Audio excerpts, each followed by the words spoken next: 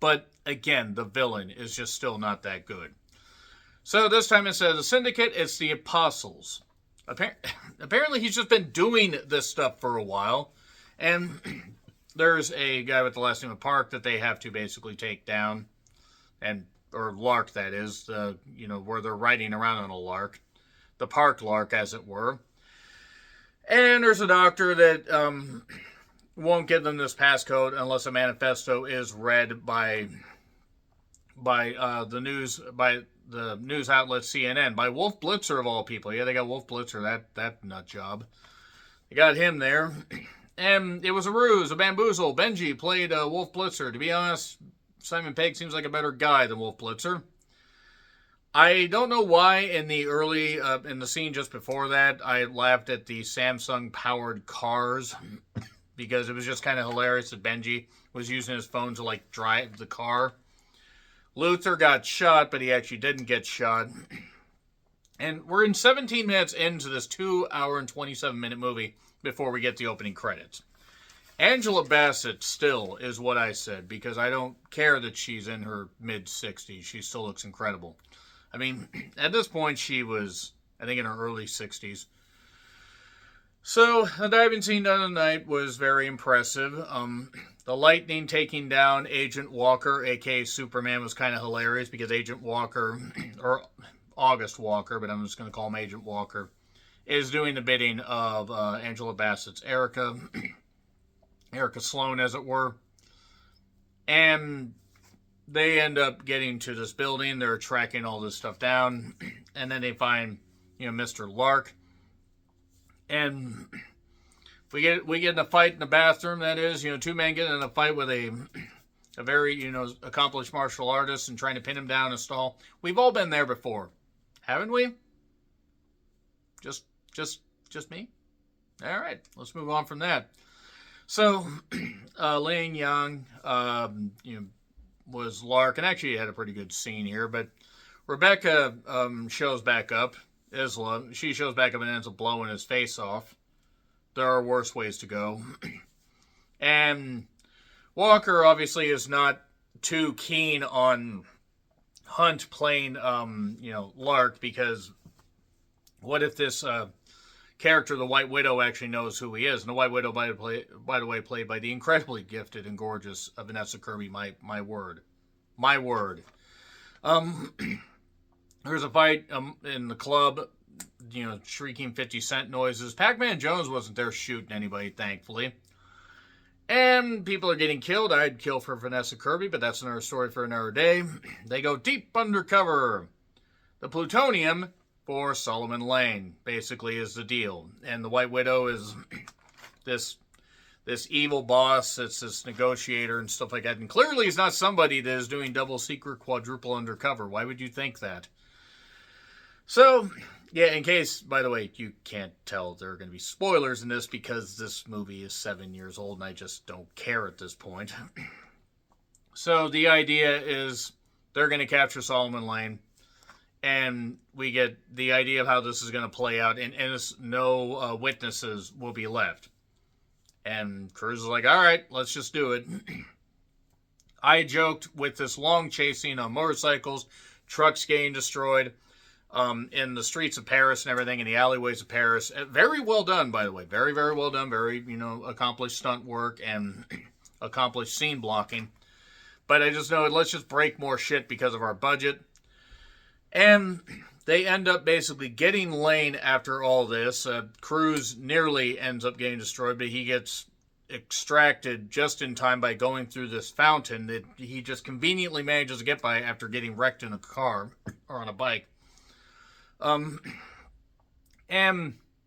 I know that French cop is cute. I don't know who she was, but my word, arrest me. I don't have issues, folks. You have issues. And the White Widow basically, kind of disappears from the scene for a little bit. But Isla shows back up. Rebecca Ferguson decides to shoot Solomon Lane. To be fair, the character's boring, and I'm all for this. And now the question is she going for revenge, or is she, going rogue? No, that was the last movie. The fallout of all your goodwill is going to come back to get you, Ethan. And then we just get more character building here. Obviously, the plan is to use, the masking technology that they kind of seemingly gave up on, like, for a few of the movies, but now they've decided to bring it back. Lane is going to be watched by Walker while everybody else goes out to find these plutonium cores. Turns out Walker is actually in on it, which, duh, I don't really think anybody's surprised by that. But suddenly he senses that something is wrong with Lane, and aha, huzzah, it is Benji as Lane, and there you are. Okay, so he just tricked him with that. And meanwhile, during this, we had Hunley, played by Alec Baldwin, who maybe was in on it, maybe wasn't, was going to turn over this whole thing to Walker, or to Sloan and stuff like that. And all this stuff's going insane. Oh no, Alec Baldwin has a gun, everybody run. But he doesn't really go along too long in this one because he gets stabbed. And he gets, hooray, Alec Baldwin is dead. That's okay. And then there are these tagging devices that are used on Walker and Hunt, basically so Benji can track both of them and tell him on this neat little iPad thing what's going on. But then the problem is he had the screen lock on, so the thing was flipped around, and also it was in 2D, so yeah, you gotta go here, but you gotta dive off this building. There was one point where he busted his ankle doing a jump between buildings. I don't remember if he broke his ankle or if he just busted it, but yeah, not exactly good. But he kept going. And then Walker basically threatens him with the fact, hey, we know where your wife is. So you either did, his wife, Julia, by the way, this was the only thing about the series or the franchise I didn't really care for. Like that emotional attachment or thread didn't work. I didn't really care for it. But basically the idea is Julia had to be kind of put covertly and everything, even though they do love each other. He didn't want to put her in danger. She didn't want to take him away from his work. And now all of a sudden they realize that they are going to take care, these villains are going to take care of this terrible, notion that people should have drinking water from a glacier, and they're going to irradiate the glacier. And 1/3 of the world's population is going to be fucked. The greater the suffering, the greater the peace, is what Solomon Lane said. So the idea is they got to defuse these bombs once the countdown starts. They got to go to Kashmir. I love those sweaters. And Julia is here along with Wes Bentley. Yes, Wes Bentley from American Beauty and other stuff is here. I forgot Wes Bentley was still acting by this point. He's a good actor. I just keep forgetting that he was still acting. So there's radiation in this one tower, or one of the bombs. And again, the idea is they need to get the detonator, the time, to basically stop this thing. Because they can cut the wires all they want, but if they cut the wires and the detonator timer thing isn't hit, bombs are going to go anyway. We do get a nice copter chase scene. I did really like that stuff. I'm skipping over a few of these things because really a lot of it's like action scenes. The story is secondary. The villain is definitely third tier. And Cruise is insane, balancing on there's obviously some kind of wire work. There has to be some kind of wire work. And he's hanging from this copter, nearly hits this, nearly drops, but there's this payload thing down there, this giant sack. Tom Cruise saved by a giant sack. Mr. Cruise has gone on long enough, come out of the closet. And while this is going on, Isla finds Lane. He captures her. Benji's breaking into a whole bunch of boxes. Ving Rhames and Julia are trying to defuse one of the bombs. And Benji basically is getting hung. That's not a euphemism. And Isla is basically leg vicing Lane. I would love to go that way. I'm just saying that right now. It's like David Carradine, but just in a better mood. And the copter chase kept going, despite the fact that Walker had a fucking Gatling gun, because of course he did, because why wouldn't he have a goddamn Gatling gun? And they're just boom, boom, boom. We get all these chases. He runs into him. They tumble on this cliff. And, yeah, then they get up and fight. Much like the bike thing from Mission Impossible 2. But at least with this, you're more invested because Mission Impossible 2 is easily the worst of the franchise.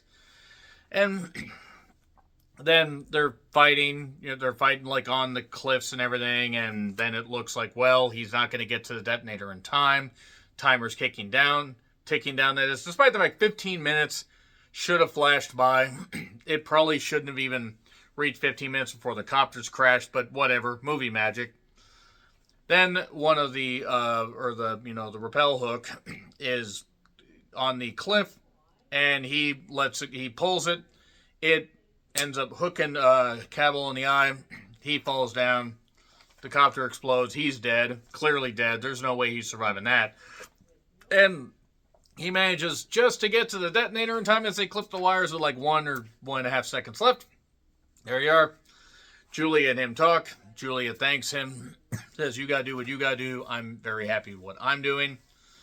And it also seems like he has upgraded to Rebecca Ferguson. All due respect to Michelle Moynihan, who is a very attractive woman. Rebecca Ferguson, yeah, you don't refuse that. Owen Solomon is with MI6. Oh, and the Widow was in with MI6 all this time. What do you mean? Whatever, it's fine.